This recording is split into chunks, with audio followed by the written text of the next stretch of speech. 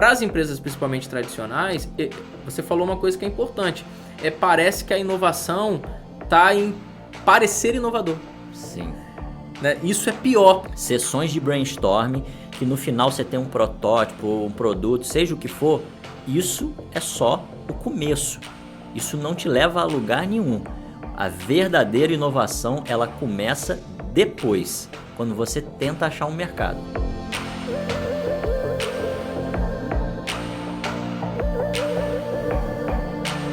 Fala galera, sejam muito bem-vindos a mais um episódio do TalkCast, que é o podcast do canal Papo de Consultor. No episódio de hoje a gente vai falar sobre como inovar em empresas tradicionais, que eu tenho certeza que é uma realidade que passa por muitos de vocês aí, a maioria das empresas são empresas tradicionais. E para falar sobre esse assunto eu trouxe um cara que vai trazer muito insight aqui para essa nossa conversa. Ele já veio aqui algumas vezes. Ele é consultor, ele é professor e é, obviamente, o nosso head de relacionamentos aqui da Alho. Com vocês, Rafael Carvalho. Valeu mais uma vez, meu amigo. Já me sinto de casa, né? Muito prazer estar aqui mais uma vez com você. É uma honra, né? Ver que tanta gente qualificada já veio aqui ao podcast e me sinto muito honrado, me sinto muito orgulhoso de poder estar participando aqui. Não, e é sempre do time, né? É do time, pô. Tá em casa já, é conversa de boteco praticamente. Já, né? Isso aí, de qualidade. Vamos imputar qualidade hoje aí. Cara, a gente podia começar falando de... A gente tava conversando antes de como é que a gente começaria essa conversa, né? Porque... A maioria, como eu falei no início aqui das empresas, elas são tradicionais, né? A gente ia começar falando de empresas antigas, mas antigas não é bem o termo, né? É empresa tradicional, né? São tradicionais porque elas não nasceram na época tecnológica, assim, dessas empresas digitais mais modernas, né? Então, assim, muitas empresas, elas carregam aquela cultura muito forte já, né? 30, 40, 50 anos já que ela tem aí de casa, né, de mercado. Então, assim, muitas vezes a gente vê que as empresas, a própria tradição delas, ela atrapalha, né, o quanto que ela já tem de clientes, o mercado, assim. Você acha que nesse caso a tradição sempre atrapalha, às vezes atrapalha? Como é que você acha? Ela ajuda ou atrapalha no final das contas? É bem interessante, né? Primeiro, essa preocupação de quando a gente fala de empresas tradicionais, porque realmente quando a gente usa antiga ou arcaica, tem sempre uma conotação negativa, né? E nem sempre significa isso, né? Sim. Inclusive, quando a gente fala de literatura, você vai ter literaturas clássicas que são fundamentadas até hoje em tudo que se faz, né? Verdade. Então é diferente, óbvio, né? Para o mercado, o que eu vejo você citou um ponto muito interessante que já estava também na minha mente quando você falou do tema, que tem muito a ver com uma cultura muito forte, com processos muito fortes, que foram a fórmula de sucesso por muito tempo. Sim. Então, se desprender do universo certo realmente inovar. Sim. E para inovar é esse passo a mais que pouca gente está disposta a dar. Não significa que o empresário que não inova aos olhos dos clientes, ele não está inovando em alguma coisa, Sim. mas num ritmo menor. Quem nasce imerso à tecnologia, né, como você falou, empresas mais novas, né, vamos dizer dos anos 2000 para cá, que vamos dizer mais assim, ou menos né? Isso, Apesar da gente já estar em 2026, parece que o novo é de 2015, 20 para cá. 26 anos, né? Mas, assim, a gente já imagina quem nasceu, né? A empresa que nasceu depois dos anos 2000, ela já estava basicamente obrigada a usar da tecnologia para o seu trabalho, independente do segmento, né? E a gente sabe que cada segmento tem seu ritmo. Mas eu acredito que, assim, para começar essa nossa discussão aqui, nesse nosso papo, eu vejo muito por essa ótica. É uma cultura que é muito forte, como você falou, 30 anos, 40 anos, com processos que já são, né, padrão ali, e deu certo até aqui. Sim. Então, eu acho que o único indicador, e aí para quem acompanha indicador, acho que a gente vai até acabar falando sobre isso, sim, mas para quem acompanha indicador com seriedade, olhando por trás dos números, né, não somente os números, consegue entender rapidamente como mudar e não esperar, né, o mês que a conta não fecha e aí foi pontual. Aí é segundo mês que a conta não fecha. Sim. E aí 6 meses que a conta não fecha já deixa de ser pontual, né? Sim. Então aí eu acho que é o grande ponto de se rever e talvez precise ter essa capacidade de enxergar um pouquinho antes para começar a fazer, né, alguma mudança. Né? E é interessante você colocar isso porque tudo indica, né, quando a gente conversa com as pessoas dentro das empresas, a mentalidade é sempre essa que você falou. Eu tenho uma base sólida, uma fórmula, vamos dizer assim, que ela sempre deu certo. Então, para que eu vou mudar? Né? Na cabeça da alta liderança, é isso. Só que, quando a gente vai olhar empresas que são mais inovadoras, eu gosto sempre de citar o caso da Apple.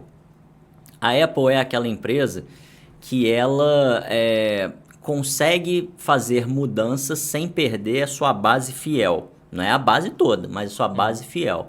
Então, eu acho que quando a gente fala sobre tradição, se a tradição atrapalha ou não no processo de inovação, eu acho que a gente cai inevitavelmente na questão de se você tem um cliente fiel ou se você tem um cliente transitório. Porque se você tem um cliente fiel, eles vão aceitar os seus erros.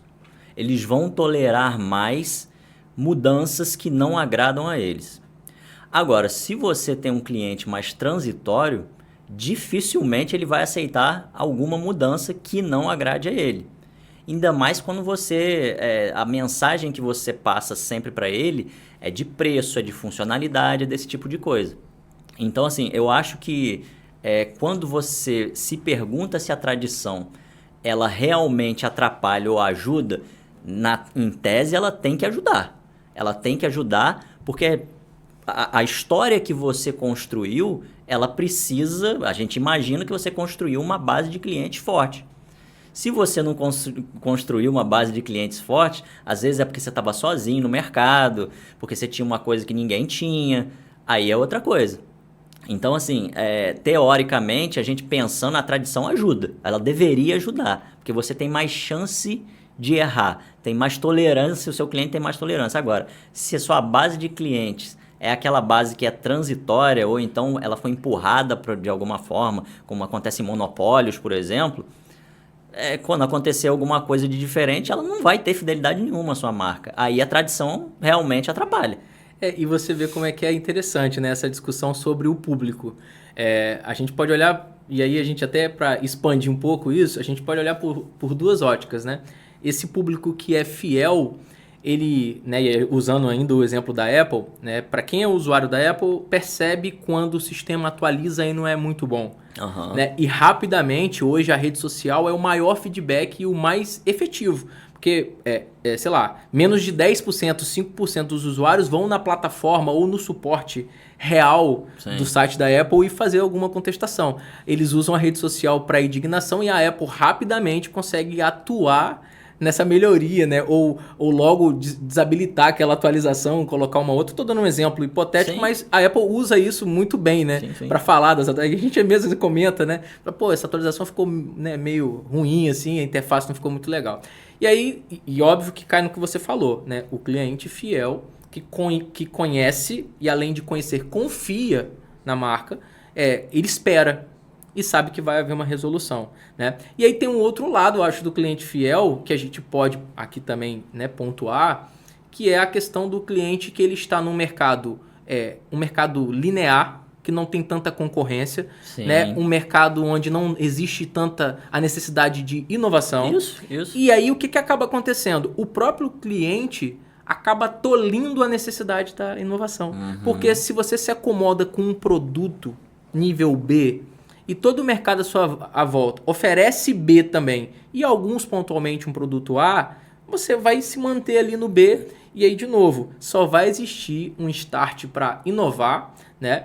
Quando tiver alguma queda. E eu falei aqui sobre a questão de receita e despesa, falando grosseiramente, porque é onde a gente imagina que qualquer empresário vai despertar. Sim. Mas existem, claro, outros, é mesmo. Né? E existem, claro, outros fatores, né? É você ver que o pessoal já não está muito legal, Sim. é você ver que realmente não tem processos tão bem definidos e as pessoas não tem um processo para treinar, também não tem um processo para contratar e você não encontra, né? Muda as pessoas de forma muito desordenada de função. Então, acho que ainda no ponto do cliente fiel, é engraçado, né? Que a gente pode olhar por essas duas frentes, né? Sim, sim. Não, e eu tenho uma história recente com a Apple que é muito interessante. Você estava falando, eu tava lembrando aqui. Eu comprei um adaptador de microfone da Apple.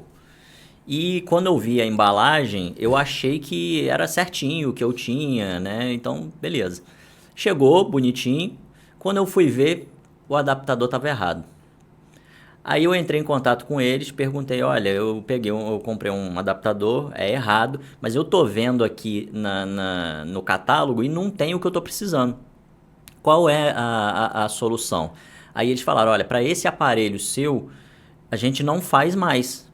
Então, o que você teria que precisar fazer é trocar o iPhone. Né? Se você trocar uma versão nova do iPhone, você vai poder usar esse adaptador. Aí eu falei, não, tudo bem, então, eu vou dar um outro jeito aqui. E aí, como é que eu faço para devolver? Aí ela foi lá e me disse o procedimento para devolução. Quando já estava tudo pronto para fazer a devolução, eles me mandam um e-mail falando que eu não preciso devolver. Ou seja, eles estão tão certos que eu vou fazer uma migração para um novo iPhone.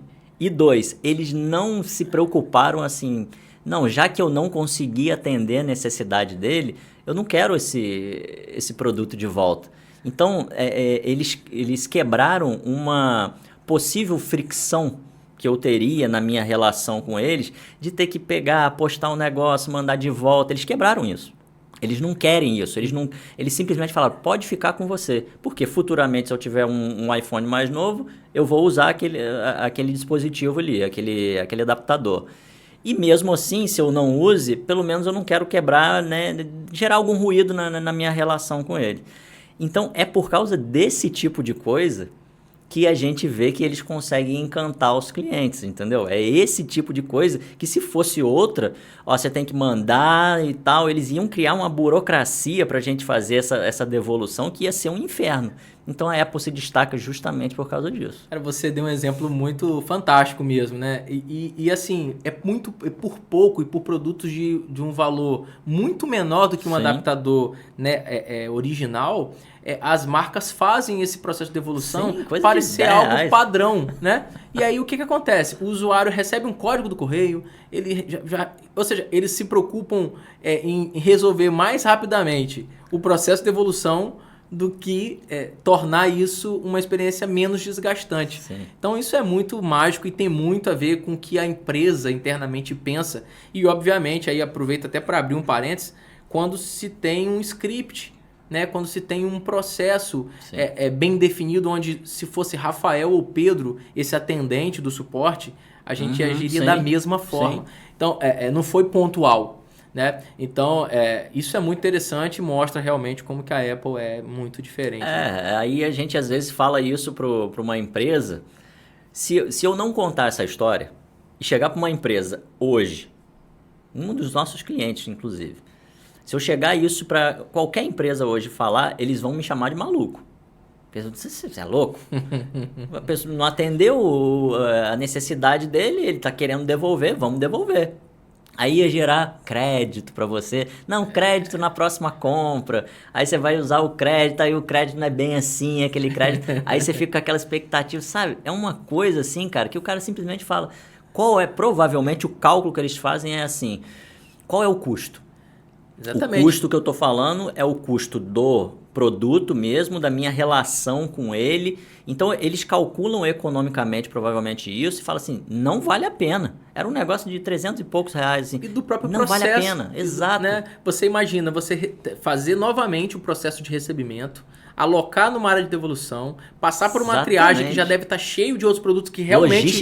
Logisticamente é absurdo. Então, assim, e é engraçado porque a gente, como consumidor final, a gente não consegue, obviamente não é obrigação nossa, enxergar todas essas camadas. A partir do momento que a gente começa a trabalhar com isso, ou ler sobre isso, ou estudar sobre isso, ou ensinar sobre isso, a coisa muda totalmente de cenário. Então, só de imaginar um passo a passo disso, é chegar de novo no hub, é chegar novamente no espaço onde vai passar por uma triagem da devolução. E reembalar o negócio, porque pô, eu abri o negócio. Exato. Abri, então você vai ter que reembalar o negócio, pode ter avaria no caminho, cara. E com os adesivos padrão, né? Sim. Então, assim, é muito complexa essa visão de quando ou não fazer algo. A gente sabe que, né, a gente está dando um exemplo muito interessante da Apple. Nem todos os mercados, né, dão essa possibilidade, né, de você fazer isso. Sim. Mas mais do que inovar por inovar, é entender o básico. Sim. Né? E quando a gente pensa em conceito, a gente olha para a inovação e as startups, né, as empresas mais techs, assim a gente pode dizer, elas nascem já num processo padrão de inovação. Sim. Prototipou, testou ciclicamente, funcionou, não funcionou, ajustou, testou, ou seja, incessantemente eles vão quebrar ou falhar 250 mil vezes. Sim. Até que o produto ganhe alguma forma para ir para o mercado. Essa alguma forma é como ele entra no mercado para depois ou ser consumido por uma grande empresa, aí vem a Joy Venture, aí vem as parcerias, ou ele simplesmente vender. Sim, assim, que é o que a maioria faz. Exatamente. Então eu estou basicamente prototipando semi-mercados para vender para o mercado, né? É um negócio meio doido assim, mas é verdade. Então, então hoje, imagina uma empresa tradicional ter que fazer esse processo. Uhum. Deve ser, vão se sentir angustiados, vai ser um sacrifício. Fala, como que eu vou testar, né? Sei lá, dá um exemplo aqui hipotético, como é que eu vou testar um plano fidelidade onde o cliente só vai pagar a primeira e ele só vai pagar os próximos meses se ele usar dentro de... Ou seja, pensar num novo produto ou uma forma diferente de fazer vai causar tanta... Né? Fora as alçadas de decisão, né? Eu acho que, né, de algum momento a gente acaba falando disso, porque para inovar a gente precisa ser ágil. Uhum. Não dá para inovar a gente fazendo 200 reuniões e não ter um projeto que tenha, sei lá, minimamente 3 entregas claras que as equipes precisam entregar. Sim. Então fica reunião, a gente vai para outra. Aí anotamos agora, a gente anotou aqui quais são os pontos principais. Aí na volta da reunião a gente discute os pontos principais. Então tem um pouco disso, né? E aí depende muito das pessoas, do meio ali, né? Daquele ambiente onde você trabalha. Né? Não, e você falou uma coisa que também vale a pena a gente trazer aqui, porque você falou a questão das startups, que elas fazem inovação já de prototipação, tal, experimentação ali. E quando a empresa estabelecida, né, que a gente está chamando aqui de tradicional, ela tenta imitar a startup, ela automaticamente associa o processo de inovação à inovação no produto. Mas a maioria das empresas que entende inovação hoje, né, e não são muitas, tá? Elas entendem que a inovação está no modelo de negócio. Então você não inova só no produto. Aliás, o produto, pela tecnologia que é muito rápida hoje em dia, é pouco utilizado. Hoje elas inovam principalmente aonde? Ou no canal de distribuição, ou no relacionamento com o cliente. Porque se você inova aí uma nova forma de lidar com o cliente, uma nova forma de fazer o produto chegar no cliente, que aí você vai associar a praticidade, você vai associar a fidelidade, aí sim você está construindo uma base. Então, se você erra alguma coisa, ou se o seu produto é até muito parecido com o do concorrente, mas o grau de praticidade, de comodidade que você dá para o seu cliente é totalmente diferenciado. Então, não é necessariamente no produto, é mais no modelo de negócios como um todo. Né? Então, as startups elas começam assim, elas pensam em inovar no produto, mas muitas não chegam a ser consolidadas porque elas esquecem o modelo de negócio. E aí fica só focando no produto. Fazer sempre um produto novo, sabe que chega uma hora que não dá mais, né? Exatamente. E a gente imaginando mercados aí para a gente poder pegar esse assunto que você trouxe, para quem trabalha com eletrônicos, talvez o que toca o barco é a inovação no produto. Mas quando a gente fala isso, parece que a gente está isolando o restante das coisas. Sim. Então, não é só no produto. Até na tecnologia, tem a forma de comunicar, tem para qual público, Claro. o novo marketing, o conhecimento em tráfego, o conhecimento nas outras ferramentas, né, da nossa era, que fazem com que o nosso produto saia daqui e vá parar na Europa sem necessariamente a pessoa conhecer a marca, né, ou ter visto isso em algum lugar. Então tem essas questões que, para as empresas principalmente tradicionais, você falou uma coisa que é importante, parece que a inovação está em parecer inovador. Sim. Né? Isso é pior, porque quando você parece inovador, porque você precisa entender um pouco do método, o caminho, o como fazer, para que depois você consiga aplicar. Então eu não posso assim, não, porque eu vi que agora, claro que é importante ter referência, até para a gente não se confundir, é importante eu ter como inspiração para o meu negócio de eletrônicos a comunicação da Samsung e da Apple. Então, poxa, eu vejo os vídeos, eu vejo os posts, eu vejo como que eles se posicionam para ter uma referência e não replicar, porque você não é a Apple. Ele vai querer a Apple. Exatamente, senão cria uma parecida. Mas em termos de atividade, às vezes operacional mesmo, sabe?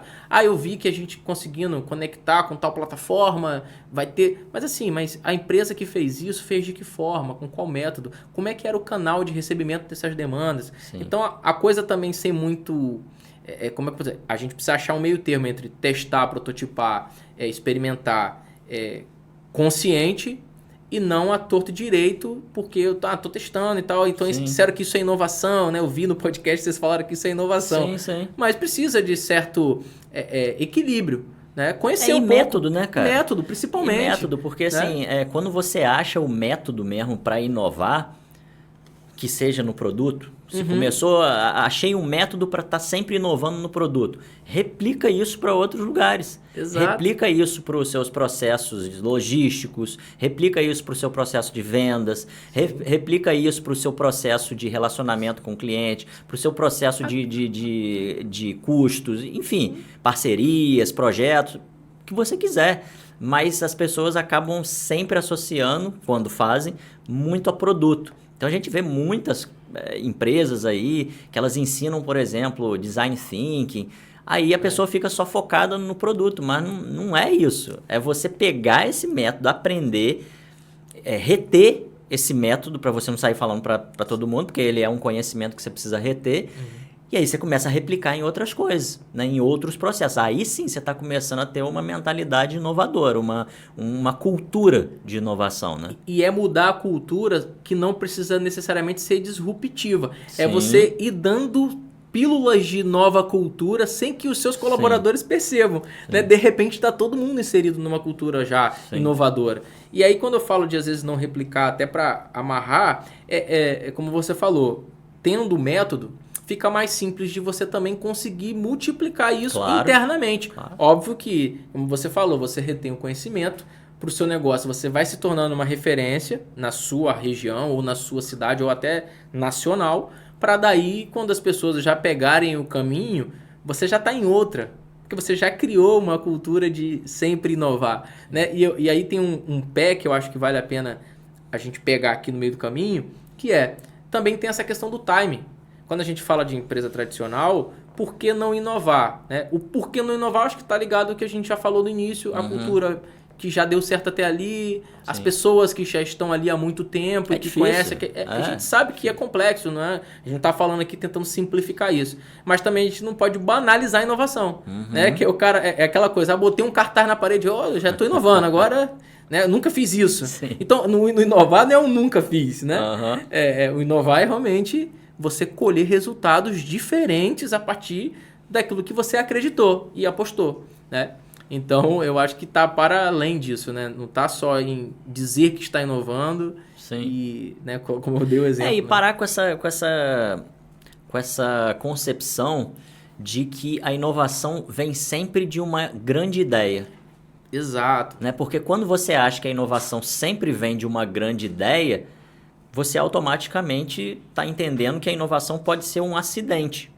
Né? Então você junta muitas pessoas né? Porque sempre tudo, quando fala de inovação, vai sempre começar de brainstorms, né? Vamos fazer uma reunião, um workshop aqui para ver se comitê. para ver se vai sair alguma grande ideia.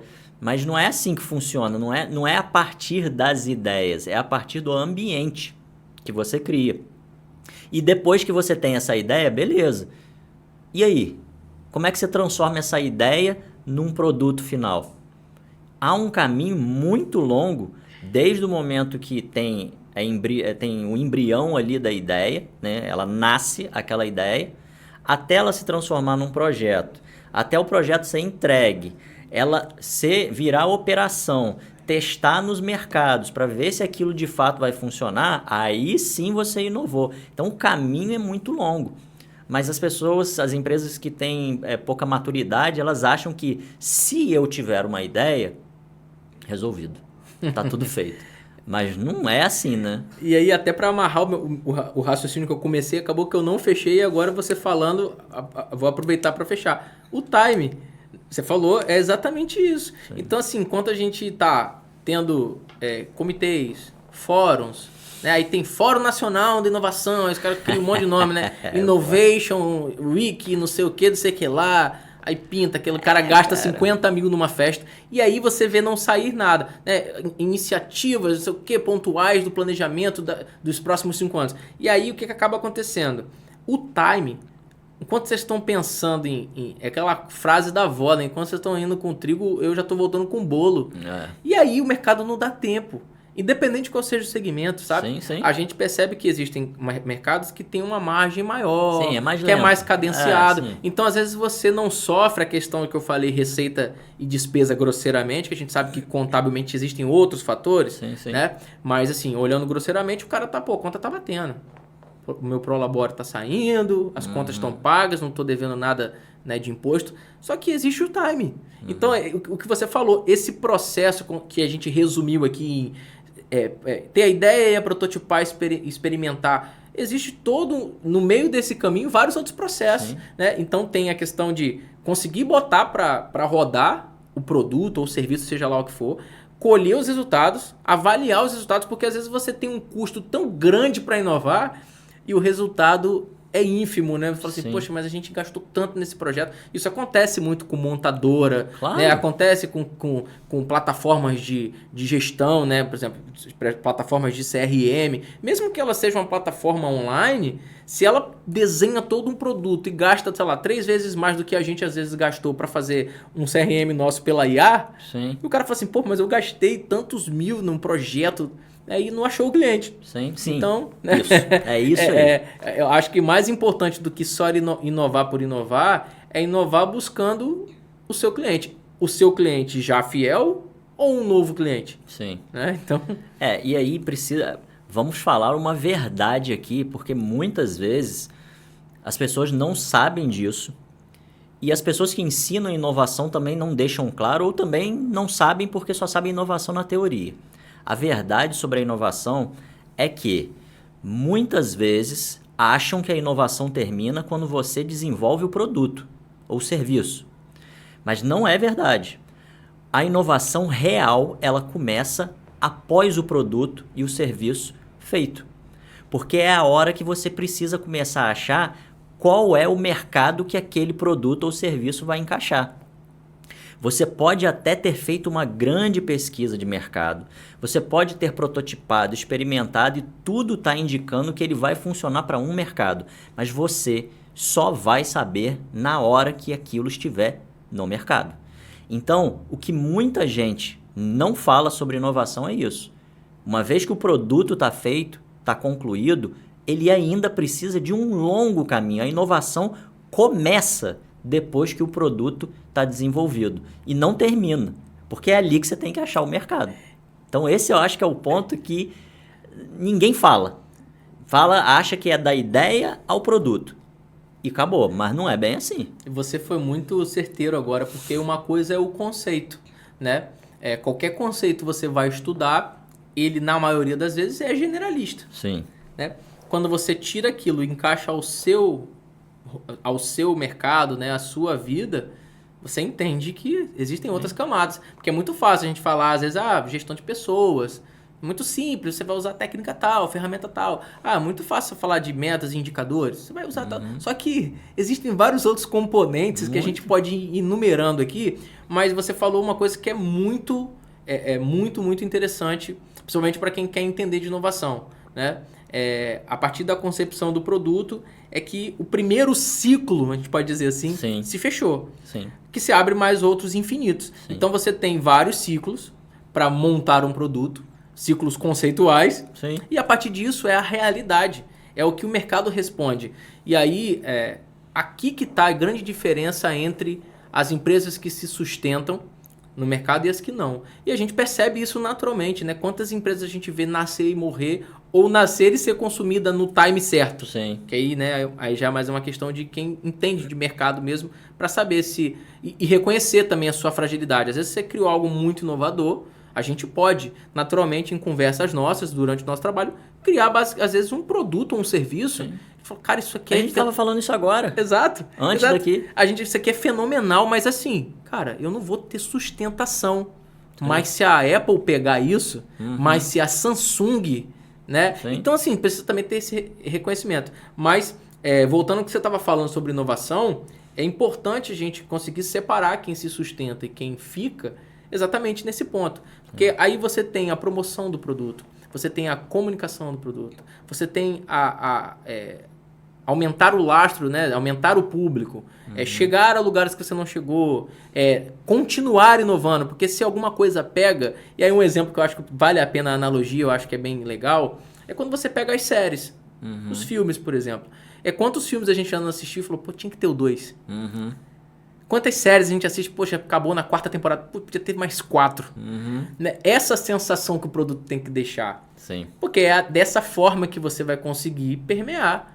Né? Naturalmente você vai ter a versão primeiro, aí você vai vir o segundo. E saber a hora de parar, né? Também. Saber a hora de parar, porque às vezes, né? De recomeçar, né? Exatamente. Às vezes é um produto que você tem que estar sempre tentando matar ele mesmo, né? Porque ele não vai durar para sempre, né? O pessoal fala hoje em dia que o iPhone já tem muito tempo, ele já tem quase 20 anos.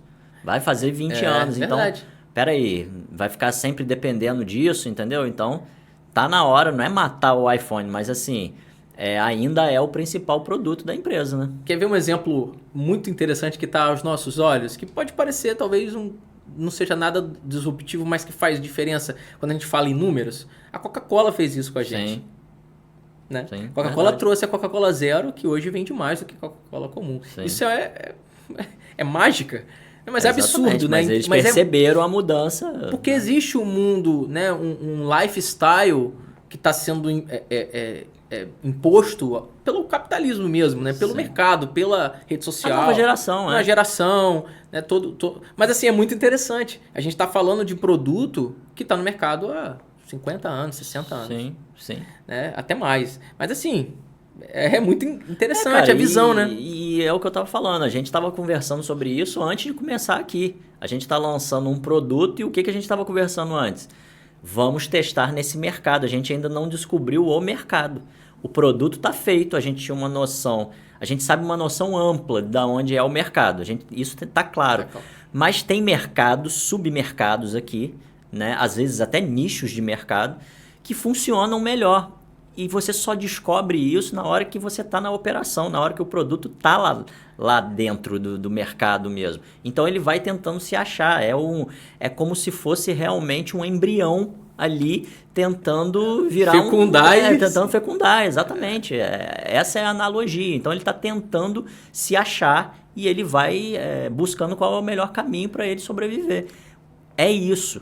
Na inovação, muita gente deve estar assistindo aí agora, deve estar se perguntando, né? Porque às vezes a inovação fica numa discussão tão teórica, né? Eles vão ouvir sempre a mesma coisa, mas isso tem que ficar muito claro. Sessões de brainstorming, que no final você tem um protótipo, um produto, seja o que for, isso é só o começo. Isso não te leva a lugar nenhum.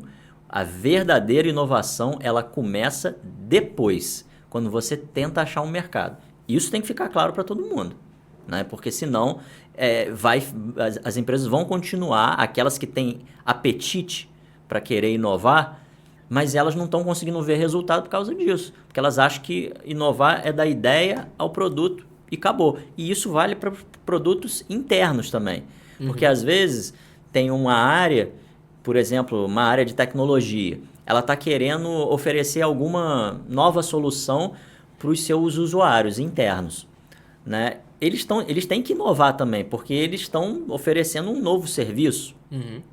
Então, o processo é a mesma coisa. Não adianta falar assim, tem uma nova solução aqui. Não, mas será que qual vai ser o mercado que vai atender? Será que vai ser aqueles heavy users? Vai ser todo mundo, todos os usuários? Ele também tem que achar um mercado ali para ver se atende a necessidade. Dentro das organizações, muita coisa dá errado, não é comprada pelos funcionários, né, internos, por causa disso. Porque você tem a ideia, lança o produto, todo mundo bate palma falando, pô, olha que ideia legal, que produto legal. Aí quando você coloca para as pessoas usarem, ninguém usa. Ué, então tem um descasamento, tá todo mundo falando que o negócio é bom. Nas sessões aí de brainstorm falaram que era bom. E ninguém tá usando, qual é o problema então? É porque talvez não era bom. Não era aquilo que as pessoas queriam. Porque não testou. Você precisa achar outros jeitos ali para fazer a pessoa querer. E às vezes não é aquele ali o produto certo para as pessoas. E agora você falou de uma situação que é muito comum. Muito comum. E é muito triste ao mesmo tempo. Porque uma coisa é saber vender. Então, às vezes, o cara criou uma tecnologia que para ele até caiba naquele mercado. Para quem criou, ele quer vender. Sim. Ele quer fazer a coisa girar. Ele também precisa pagar as contas e ele quer fazer a coisa girar. Então, ele às vezes chega num fórum propício, né, para alta diretoria, para pessoas influentes, ele consegue vender aquilo bem, fala, isso vai resolver. Aí o cara pergunta, mas vai resolver o problema A? O cara vai. E o B? Também. E o C? Mas o usuário, ele tá tão a par disso, que ele só sabe quando chega na bancada. Fala assim, então, lembra aquele sistema que você usava? A gente descontinuou, agora é esse. O pessoal falou que resolve A, B e C. E aí cai nos dogmas que a gente já convive, né? É de você ver que as pessoas não têm interesse, é uma coisa que não atende, e aí tem a questão da adaptação do mercado. Às vezes é uma coisa que foi feita para um mercado mais geral, mais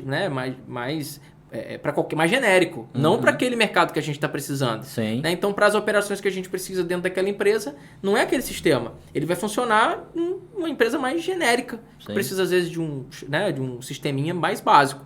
Então, e aí a gente cai nesse confronto, né? O investimento, o alto investimento, pessoas que não vão usar, aí a visão da diretoria sobre usar, aí a galera não quer usar. E aí já, né, a gente tangibiliza vários problemas e que, como você falou, é uma inovação que não é inovação. Que não é, né? cara. E tem essa primeira chave e tem a segunda, como você falou, de achar o mercado. Quantas coisas a gente vê lançar e, de repente, a coisa estoura em outro segmento, né? Claro. E você fala assim, cara, eu não tinha imaginado que Exato. E você vai gerando uma adaptação, né? Eu vou dar um exemplo que não, né, hoje a gente tem um iFood que nos fornece muito mais do que só um serviço para lanchar, né? E de repente, daqui a um tempo, ele nem se veja mais necessidade de ter os restaurantes, ele vai ser muito mais o self-service de qualquer coisa que a gente precise do que necessariamente de comida. Né? Então, pode existir daqui a um tempo essa mudança de força, né? Dar mais força a mercado, farmácia, peça de carro, papelaria e deixar a comida em segundo plano. A gente não sabe para onde o mercado vai e se eles estiverem atentos, isso vai acontecer. Então, assim, são os dois pilares de inovação que a gente vai ver. Uma pode andar, outra pode não andar. Essa de sistemas que não fazem sentido é muito comum, porque como diz, quem entrega o cheque e fecha o negócio mal sabe o que é tecnologia. Sim. Mal conhece o que é tecnologia. E aí talvez seja um outro ponto sobre a administração tradicional. Que não desmerecendo quem tem uma formação em 90 ou em 80.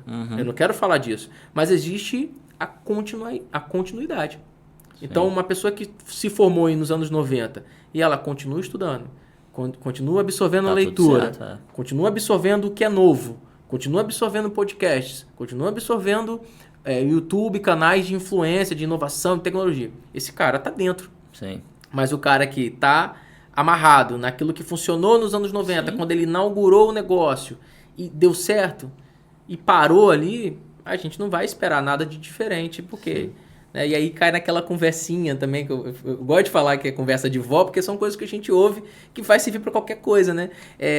Você não vai mudar o resultado com os mesmos hábitos, né? Sim. Então, isso aí eu acho que é a frase para a gente vai deixar para inovação sempre. E você falou um negócio do iFood, me lembrou uma situação que eu vi. O Diego, que é CEO do iFood, ele foi no programa Pânico e aí o Samidana foi e perguntou para ele quais eram os próximos passos que o iFood ia dar. E aí ele respondeu um negócio que foi assim surpreendente. Ele falou: "Eu não sei". E aí todo mundo ficou meio assustado assim, como assim eu não sei? E aí ele explicou depois: "Eu não sei porque eu vou descobrindo. O nosso planejamento não é o planejamento que eu deixo vários anos planejados. Eu vou descobrindo aquilo que está funcionando e aí eu vou implementando e testando". Então, quando a gente fala de inovação, tem essa quebra de paradigma que a gente precisa ter, que é sair do planejamento por adivinhação, que é aquele planejamento que eu tento adivinhar o que o mercado pode querer, e o planejamento por descoberta. Isso que o iFood faz é planejamento por descoberta. Então ele vai jogando coisas pequenas no mercado e vai testando e vai vendo qual é a aceitação do mercado. E aí, uma vez que ele entende que aquilo é aceito por um grupo pequeno, ele vai escalando, até a coisa tomar uma atração que vira, às vezes, até um próprio negócio adjacente ali para a empresa. Então, quando a gente fala de inovação, a gente tem que ter essa quebra de paradigma que começa lá no planejamento, né? Porque adivinhar o mercado é o que todo mundo quer, é o que todo mundo tenta, mas poucos conseguem. Por isso que eu falei que às vezes pode ser acidente, né? E no mercado hoje em dia, que é muito competitivo, esse acidente fica praticamente ganhar na loteria. Né? E muitas das empresas dependem do acidente, né? A gente até às vezes conversa sobre, né? O que se espera do mercado para que se mude os resultados, né? Sei lá, tem que existir algo muito, muito diferente, né? Que se o mercado ele continuar, sei lá, nos próximos 5 anos nessa mesma tocada, né? No mesmo ritmo, o que tá bom vai continuar bom. Claro. O que tá crescendo tende a crescer e o que... Vai falar, mas você tá falando, Rafael, é muito comum. Mas não é tão comum assim não. Se a gente parar para olhar friamente, é dizer também que há tempo. Claro. Sempre há tempo, né? Quando a gente para avaliar o que se pode fazer diferente para cada mercado, de novo, não existe fórmula mágica. Né? E nem sempre, quando a gente fala... Você falou sobre essa questão do cara do iFood aí, isso traz uma outra reflexão, que é a questão do conceito, eu acho que, de ambidestria, né? A gente já conversou também sobre isso. Sim. Que é o pé no que funciona, mas um pé no novo. Sim. Isso é interessante. Sim. Porque senão você também... quando a gente fala de inovação, não é abandonar. Não é você pegar... o pessoal escreveu a Bíblia, né? De Gênesis e Apocalipse. Pode jogar essa fora. Vamos escrever outra? Não é disso que a gente está falando. Né? Mas é importante estar atento. E, de novo, adivinhar mercado, acho que nem guru nenhum da internet vai conseguir. Mas até com a própria inteligência artificial hoje, as empresas elas arrumaram mais um bichinho novo que estão falando para eles que vai ser a mudança da vida da empresa deles. Eu ouvi isso de sistemas ERP, eu ouvi isso de gestão de processos, eu ouvi isso de gestão de projetos, eu ouvi isso de diversas formas e agora é a inteligência artificial. A inteligência artificial vai mudar a sua empresa. Não vai. Ela não vai te dar todas as respostas. Você ainda tem que descobrir muita coisa. Então, essa é a nova tendência. É achar que a inteligência artificial ela vai te dar... Vai fazer predições de mercado? Vai.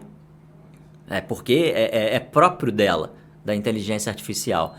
Mas ela fazer predições é um grande caminho entre você implementar aquilo, entre você construir aquele negócio e entregar, entre você construir, entregar e achar o mercado, e tá certo aquilo. Porque pode não estar certo. Então as pessoas estão achando, estão trocando o planejamento de adivinhação que era por aquelas ferramentas mais antigas, né, de previsão de demanda, pela inteligência artificial. Não vai funcionar.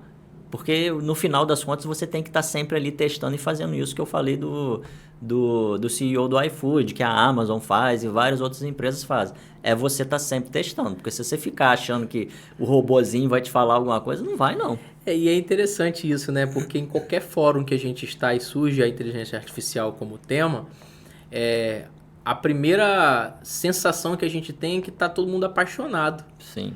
Né? E a paixão cega, né? Exatamente. Como dizem os poetas, né?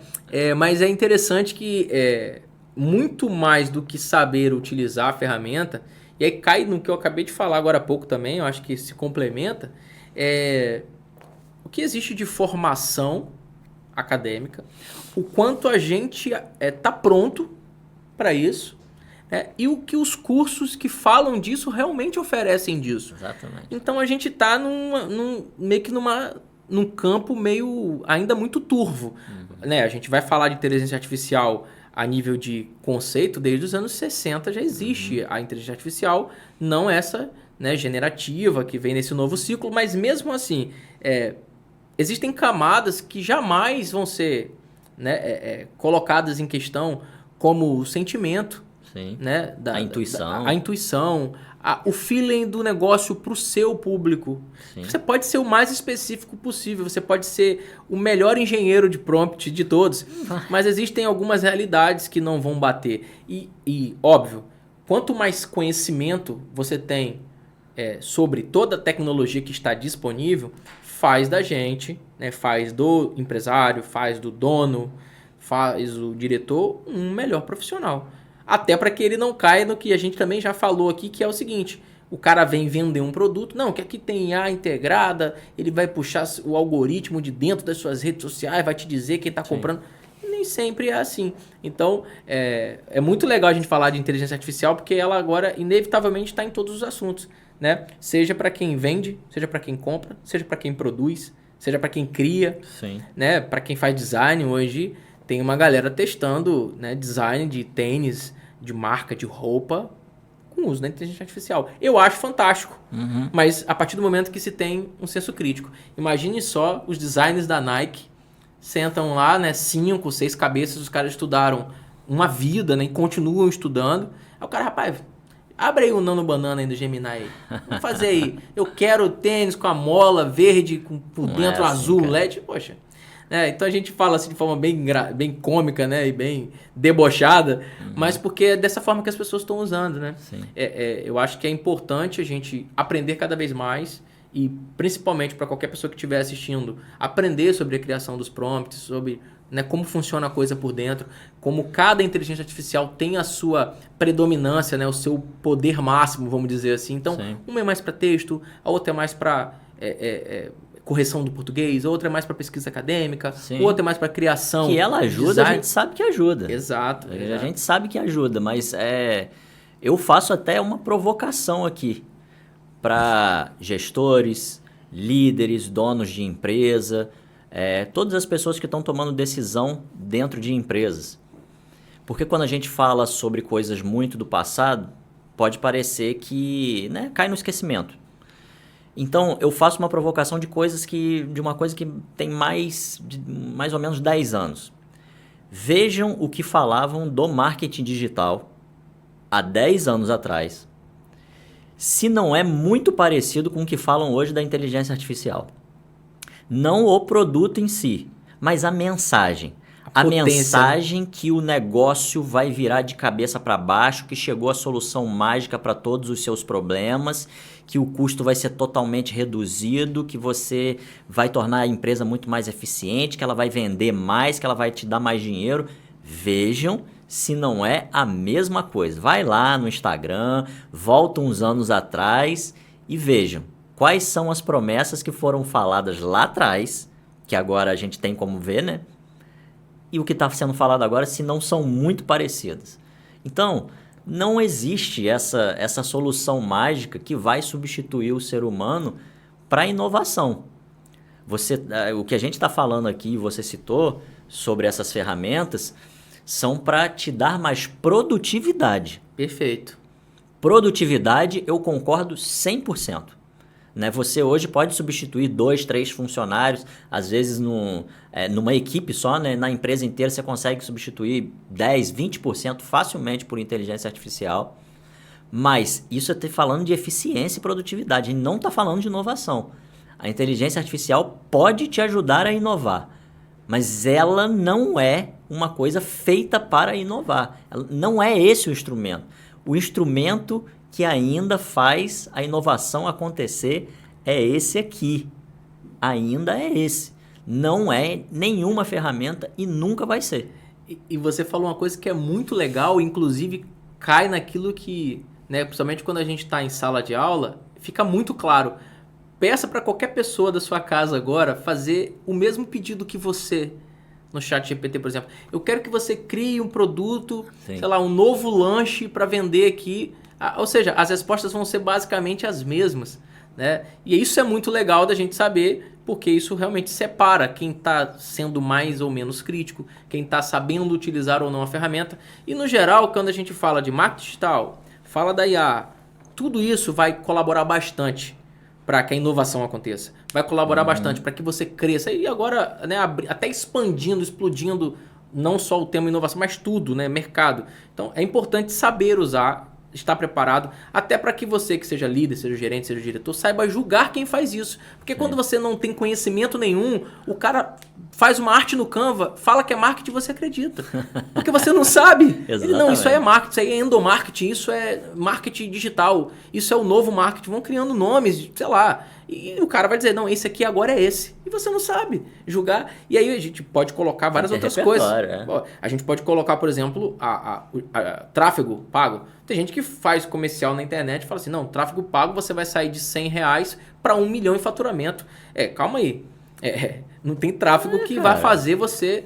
O importante é entender como a ferramenta funciona, pegar ela para si e sim, aí talvez inovar, talvez crescer no mercado, conhecendo e sabendo usar. Né? E todo mundo vai ser bem, né? Tudo vai ser bem-vindo quando a gente sabe usar, né? Então, podendo somar tudo. E a premissa básica, né, Rafael?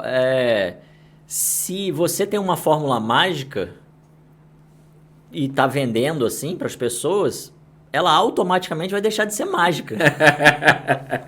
Não é? Isso é muito se você especial. vender em escala o negócio, ela vai deixar de ser mágica. Ela vai diluir no mercado, todo mundo vai saber a fórmula. Como o caso da Coca-Cola que você citou. Se a Coca-Cola falasse assim, ó, eu agora... Segue a receita. Imagine a Coca-Cola, imagine os fundadores da Coca-Cola no dia de hoje. O que ele ia fazer? Ele ia achar a fórmula da Coca-Cola, ia vender pra caramba, e depois, ao invés dele continuar escalando, reter aquele conhecimento, o que ele ia fazer? Agora eu vou fazer um curso para te ensinar a fazer Coca-Cola. Ele pode botar aí por, sei lá, 10 mil módulos. A cabeça das pessoas hoje é dar fórmulas mágicas, entendeu? Quando, na verdade, a gente sabe que o verdadeiro diferencial competitivo é justamente você reter aquilo e não passar para ninguém. Então, se você está vendendo muito uma fórmula mágica, é porque ela não é mágica. Simples assim. Então, pessoal aí, pelo amor de Deus, né? Fala, prepara, né? Pesquisa bastante antes de comprar qualquer coisa. Deus, né? Mas é muito interessante, assim, como a gente cai em vários temas que a gente pode aqui, né, ir esticando, porque quando se fala de inovação, se fala de mercado, se fala de tecnologia, se fala do quanto as pessoas estão preparadas. Então, hoje você está inovando, mudam os sistemas, mudam a forma de interagir com o público, mas é a mesma pessoa. Sim. Que está trabalhando ali há 30 anos, ou seja, a abordagem é diferente. Então, critica-se muito a geração Z, né? Mas assim, será que para o que você quer vender não é com a geração Z que ele tem que se comunicar? Sim. Né? Então, existe um preconceito também do mercado em relação... E aí cai muito na questão do perfil, né? Aí já são outros assuntos, mas eu acho que tudo isso cabe quando a gente fala de... você pode ter uma carteira de clientes mais tradicionais e uma carteira de clientes mais jovens, né? Então, não tem fórmula mágica. No real é isso. E me veio à cabeça aqui, né? Agora a gente falando sobre essas coisas, uma série, um documentário que é muito interessante, e até para indicar o pessoal, que é Guerra dos Tênis, Adidas versus Sim, Puma. muito bom. Ele tá disponível na Amazon Prime, né? E eu acho que no YouTube tem ele completo também. Na Disney, da No Disney. Disney Plus? Então, É. Disney Plus. Eu achei que eu tivesse visto no Amazon, mas então, É Disney Guerra Plus. dos Tênis, Adidas versus Puma. E ali é muito interessante. A inovação, ela é também parte da coragem, Muito. parte da vontade de fazer a coisa virar.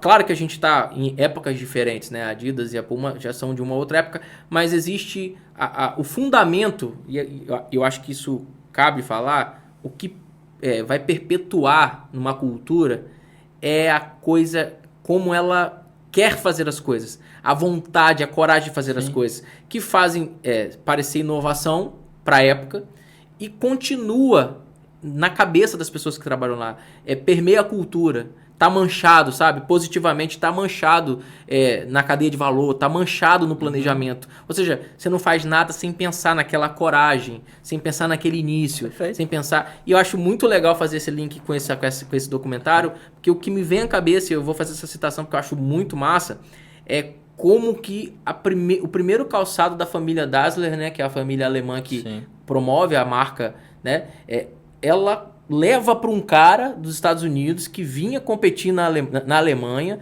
em pleno nazismo, né, ali, e o cara cedeu, né, ele tinha perdido o calçado no navio, então toma esse nosso, e o cara foi campeão, Exatamente. sabe? Então, assim, isso é mágico, isso é história para o cara contar em 200 gerações, então eu acho que ali traz uma pitada do inovar não ser só tecnológico, do Sim. inovar ser mentalidade, ser pessoas, ser cultura forte, mas cultura que está aberta ao novo, né? Porque a gente até fala de cultura tradicional, não significa que é fraca, mas pode ser tradicional, mas tem que ser aberta ao novo, Sim. né? Tem que ter gente se importando com inovar, senão você está falando de inovação no slogan, no seu Instagram, aí você contrata o pessoal, o cara que é um pouco mais sagaz, ele entra na sua empresa e fala, calma aí, mas o pessoal falou que aqui, empresa inovadora, isso aqui, o cara não tem um sistema para trabalhar. Sim. O cara às vezes trabalha num almoxarifado cheio de peças de coisa, o cara faz um controle no papel, numa planilha, no Excel.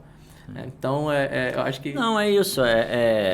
A mensagem aqui vale principalmente agora para os líderes, né? Tem muito líder que faz vários cursos de inovação e eles vão aprender nesses cursos de inovação métodos, técnicas, ferramentas. Mas, na verdade, a inovação depende da sua virtude. Principalmente a da coragem, que foi o que você citou agora. Então, algumas virtudes, como a do heroísmo, a da coragem, do amor, é isso que vai fazer você conseguir inovar. Se você perguntar para qualquer grande inovador, de Henry Ford a Steve Jobs, a Elon Musk que está querendo ir para Marte agora, Zuckerberg. o que faz eles quererem inovar? O que faz é eles terem uma grande paixão, um amor por aquilo. Porque se não for isso, ele vai fazer o mesmo.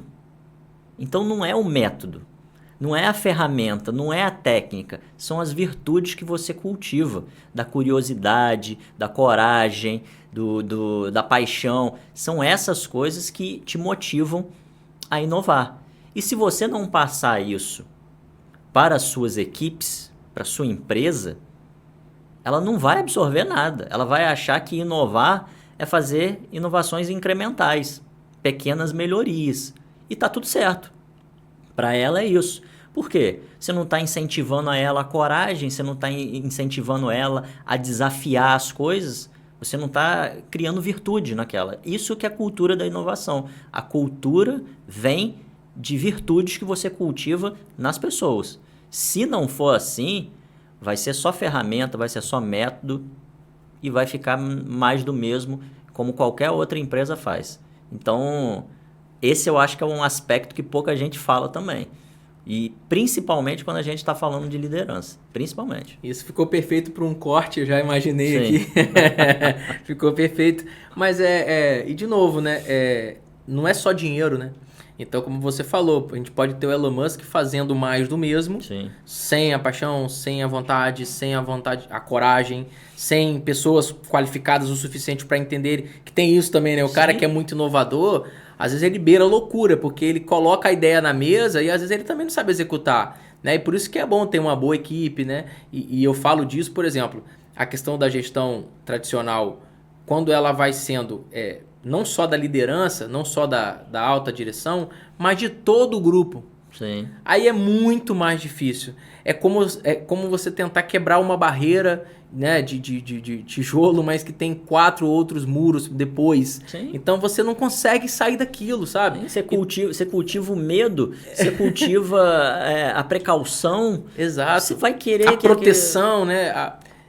Como, cara? Não vai. É impossível. É impossível. Então, quando toda uma estrutura tem esse mesmo comportamento passivo, resistente e vamos esperar, isso geralmente, né, o resultado nunca vai ser o positivo lá no final.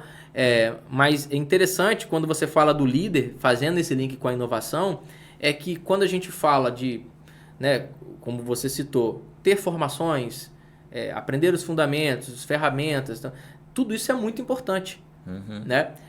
Mas existe a singularidade. Sim.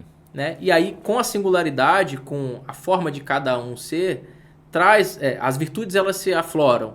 Né? E quando a gente fala aqui, né, sobre tudo que a gente está conversando, e qualquer outro podcast que você vá assistir, ninguém está dizendo que você precisa ser completo. Uhum. Porque aí fica aquela percepção, então se eu ser líder, tem que saber disso, daquilo. Não necessariamente. Use da sua singularidade para ser o melhor de si. Uhum. Então, na sua virtude, você vai convencer. E a gente tem vários exemplos. A gente vai ter o cara, como eu acabei de falar, que o cara beira a loucura, mas ele tem sempre boas ideias. Ele não tem, às vezes, uma relação interpessoal muito interessante. Uhum. Né? Então, mas aí tem um contrário. Tem um cara que ele não conhece tecnicamente quase nada, mas ele tem um amor e um carinho humano diferente, que ele engaja por isso. E o maior exemplo disso, né, a gente pode trazer o maior exemplo disso, no futebol. Uhum. Né? Eu adoro falar de futebol e eu sempre trago. Mas porque o futebol tem dessas riquezas também. Sim. Não só falcatrua, não só pilantragens, né? Que o futebol é muito sujo, né, internamente, administrativamente falando. Mas, cara, existem belezas ali nos tipos de liderança. Sim. Então tem o líder, que ele é mais tático. Ele é tático e técnico, e é isso. E o time funciona. E tem um cara que ele não tem tática. Ele não tem técnica, mas ele é tão humano, ele convence. E até o pessoal a boleiragem fala, né? O cara que organiza o vestiário. Sim, que é o boleirão, né? O boleirão, que é o Renato Gaúcho, o Abel Braga. Sim. Ou seja, então nas empresas não é diferente, não. Então eu acho que assim, ninguém precisa ser completo.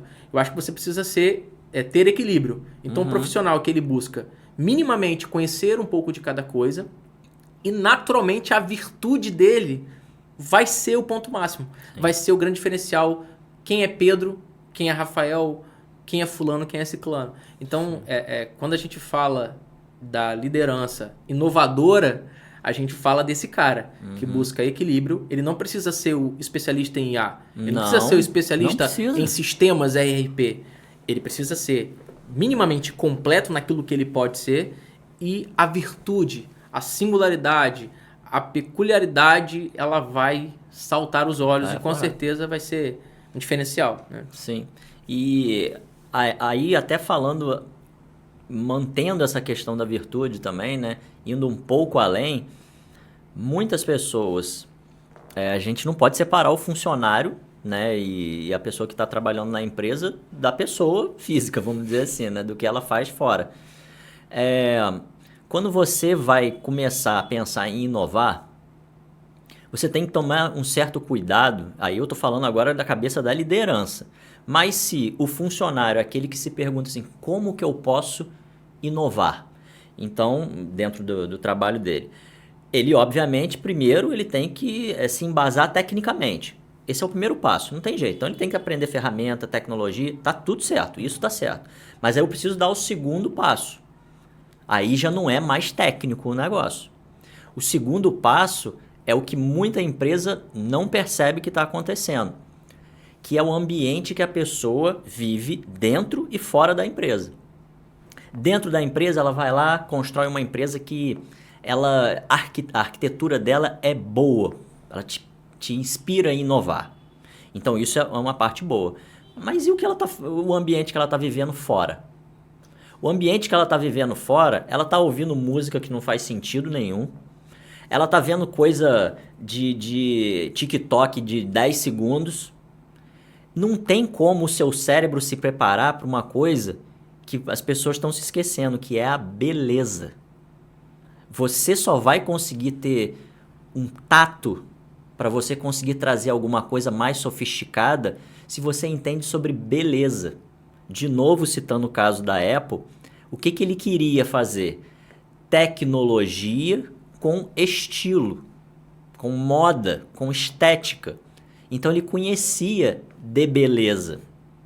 Hoje que a gente vive nesse mundo relativista, que você bota uma lata num quadro e a pessoa fala que aquilo é arte, você não está estimulando a beleza, não está cultivando isso na pessoa. Se ela acha que uma lata dentro de um quadro é arte, então, meu amigo, vai lá ver Michelangelo, você vai ver o que é arte. Então, as empresas têm que começar a se preocupar com isso também, porque como as coisas estão... O mundo aí fora, ele é muito consumista, ele é muito rápido e ele tá perdendo, fazendo banal, as pessoas ficarem muito banais nas coisas. Não tem como a pessoa inovar com sofisticação. Ela vai só fazer de novo aquelas pequenas melhorias ali, aquelas coisas que é só para ganhar um pouquinho, uns centavos a mais. Mas aquela grande disrupção, pode perceber que as grandes disrupções na inovação, elas tiveram um lado da beleza, que você identifica claramente que aquilo ali tem uma coisa diferente. Ela não é mais uma melhoria do mesmo, ela tem esse lado estético também. Então, as empresas precisam se preocupar com isso.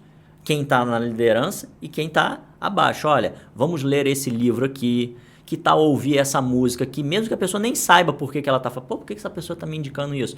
Mas traga coisas mais profundas. Vai ler Aristóteles, Kant, alguma coisa, em vez de você ficar vendo, sei lá, dorama, porra. Entendeu? É isso que você falou, a gente é resultado do que a gente consome, né?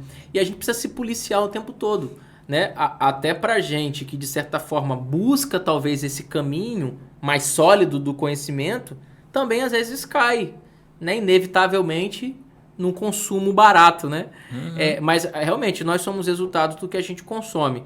Então, fazendo isso em percentual, se você consome 50-50, você é 50-50. Se você consome 20%, 10% do banal e 80% daquilo que vai te fazer, né, um profissional ou um líder diferente, isso mexe muito. E você falou sobre uma coisa que está para além da inovação puramente descrita, que tem a ver com o que extrapola o profissional, que é o que está fora e que conta muito dentro. Uhum. Então, o perfil do profissional que você quer na sua empresa, tem profissionais que chegam prontos. Tem profissionais que chegam e estão afim da lapidação. Sim. Então, acho que se hoje o cara tiver que apostar, o empresário tiver que apostar em algum colaborador, aposte nesse que está afim da lapidação. Sim. Porque o cara tá ouvindo, ele quer aprender, ele tem um limite que tá longe e você sabe que vai conseguir extrair mais dele. Então, e aí, claro, você precisa ser também, né? Às vezes, quem tá falando do tradicional, que o cara não empurra. Uhum. Não empurra força, não empurra coragem, não demonstra, na própria postura, o cara não coloca isso à frente. Então, aí todo mundo fica naquela. E às vezes o cara é muito bom e entra num miolo que acomodado, aquela galera, né? Então, é importante isso. E a segunda coisa sobre o profissional, não dá para desgarrar, infelizmente, o que acontece fora com o profissional. Sim. Então, se a pessoa, sei lá, a pessoa é gerente de RH, aí você entra no perfil, às vezes do WhatsApp, cara. A foto do WhatsApp, com todo respeito, né? A gente não tá aqui entrando em outras pautas, a gente tá falando profissionalmente. Aí tá lá de biquíni, é uma selfie, ela deitada na praia. Uhum. Porra, ela pode ser linda, pode ser maravilhosa, mas existe um pré-conceito que a gente vai estabelecer. Não e se jeito. A sua empresa demonstra aquilo com a sua gerente de RH, Isso já muda totalmente a percepção de quem quer investir na sua empresa, de quem quer se tornar um engenheiro na sua empresa, ou um líder na sua empresa. Fala, não vou. Então, isso para qualquer segmento. A gente critica tanto o jogador de futebol, que é um ser humano, que é atleta, que é profissional, que tem um contrato. Sim. A gente trata diferente porque existem outras camadas no esporte. Mas falando especificamente do profissional, a gente percebe o jogador que é mais família, que é mais cuidadoso, que chega cedo no CT. E ele entrega resultado. E o jogador que, não, cara, boate, balada, foi visto não sei aonde, foi pra Ibiza, nas férias, ficou lá 30 dias. Então, assim, óbvio que o julgamento tá em cada um, né? E às vezes o cara é assim, mas entrega também. Então, assim, não existe fórmula perfeita, mas obviamente quando você está mais sólido naquilo que se quer, é mais fácil você evitar o consumo de coisas que não fazem sentido, evitar a banalização, se tornar realmente uma pessoa referência, que as pessoas olhem para você com respeito, que as pessoas ouçam você, isso impacta até no que quando você está falando, né? Sim. Então, se você está numa mesa com 50 pessoas ou 40 pessoas, quando alguém começa a falar, já antes de você falar, muitas pessoas já sabem quem você é, já te conhecem. E hoje com a rede social, a pessoa vai lá, às vezes chegou aqui no ambiente que a gente está, vai pesquisa quem é o dono desse estúdio, quem é o dono não sei quem é Pedro.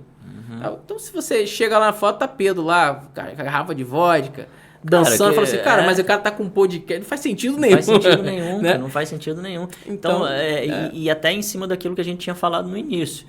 Imagina só, a pessoa, a gente sabe que uma inovação ela vai começar de uma ideia. Então imagine que a pessoa fala assim, olha, que ideia legal. Agora você desenvolve essa ideia e apresente essa ideia. Na hora que ela vai apresentar, ela nem fez protótipo nenhum ainda. Na hora que ela vai apresentar a ideia, ela não consegue expressar aquilo que está na cabeça dela. E aí ela faz um slide que não faz muito sentido, na hora dela se articular também não faz muito sentido. E às vezes a ideia e o produto são ótimos. Às vezes a ideia e o produto que está na cabeça dela, ótimo. Mas por que ela não consegue apresentar? E aí, muitas vezes, aquela ideia ficou no meio do caminho. Por quê? Porque ela não consegue se expressar e ela não consegue se expressar pelo ambiente que ela vive, pelo aquilo que ela consome. Se ela está consumindo coisas de linguagem chula, de linguagem simplória, como que ela vai ter argumento na hora que alguém contestar alguma coisa? Como que ela vai vai fazer a escolha certa das palavras na hora que ela vai apresentar? Como é que ela vai fazer um gancho? Não vai conseguir fazer isso, porque o ambiente que ela vive não é propício para isso. É claro que a gente não está falando que as empresas têm que ficar controlando a vida pessoal de ninguém. Sim, não é esse extremismo. Não é esse o ponto. Mas dentro da própria empresa, você pode cultivar isso. Aí vai ter muita gente que vai falar assim, vamos colocar então a pessoa para ler um livro todo mês. Aí vira burocracia. Não é isso, mas que tal fazer um clube do livro dentro da empresa? Pode perceber que a pessoa que vai ter lá o clube do livro, a pessoa que vai se interessar por algumas outras coisas que tem esse arcabouço aí... Criar um bate-papo, exatamente, para trazer temas diferentes. Pode ter certeza que elas vão estar lá nas iniciativas de inovação. E elas vão trazer ideias muito mais sofisticadas. Você pode ver que ela vai evoluir. Então não precisa criar obrigatoriedade de nada dentro da empresa. Porque senão também o custo fica muito alto. Mas você precisa começar a separar o joio do trigo. Se você quer inovação dentro da sua empresa, você precisa trazer pessoas com um pensamento mais aprofundado. Porque quem pensa raso vai te dar ideia rasa. Não tem outra alternativa. Não tem outro resultado. E quando você fala isso, você vê que a gente está falando de algo que, no geral, é muito básico. Deveria ser básico, mas passa muito despercebido. Né? E a gente consegue enxergar isso, por exemplo, quando a gente está em algum curso online, quando a gente está em alguma pós-graduação, quando a gente está em sala de aula, seja aprendendo, seja ensinando, a gente percebe a dificuldade, a carência disso. Sim. Né? E às vezes assim, a gente sabe que inevitavelmente a pessoa vive em um meio que não proporciona isso. Mas é importante, até para isso, né? Para se tornar um profissional melhor, ter coragem. Sim. Porque às vezes realmente você não vive no meio propício, mora num local que não te dá muita... Mas, infelizmente, o mercado ele é preconceituoso. Né? Então, se você vai para uma entrevista, quem está devidamente vestido, quem está mais ou menos, aquilo ali já pode ser um ponto principal para te eliminar. A forma que você se porta, a forma que você fala, já é um outro ponto para você. Então, eu sempre falo, e engraçado que eu falo isso assim, sempre parece até repetitivo, mas falo, pessoal, aprendam a se comunicar, aprendam a falar, busquem isso. Ah, mas você não precisa ser perfeito, mas às vezes a oportunidade vai cair no seu colo. Às vezes a gente está se imaginando no perfil ou no ambiente de ser o operacional, de ser a mão de obra barata.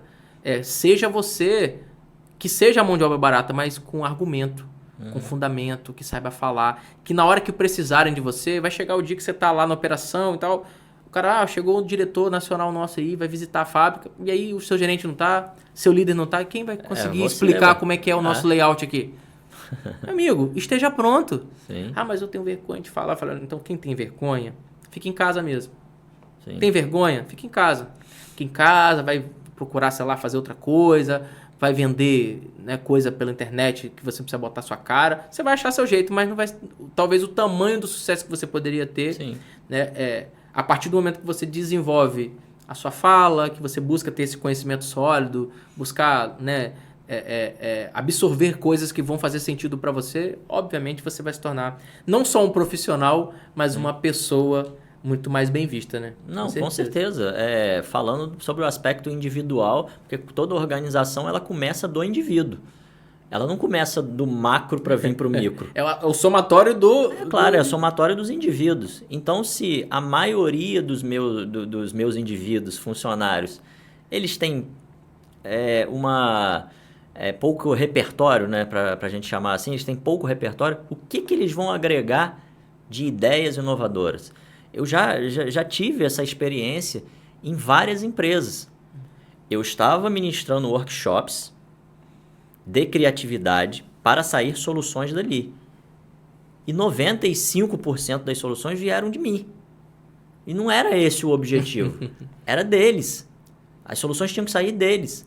Mas as coisas eram tão básicas, eram tão pouco sofisticadas, que eu tinha que dar empurrãozinho. Eu tinha que falar, que tal você fazer isso? Que tal você fazer aquilo?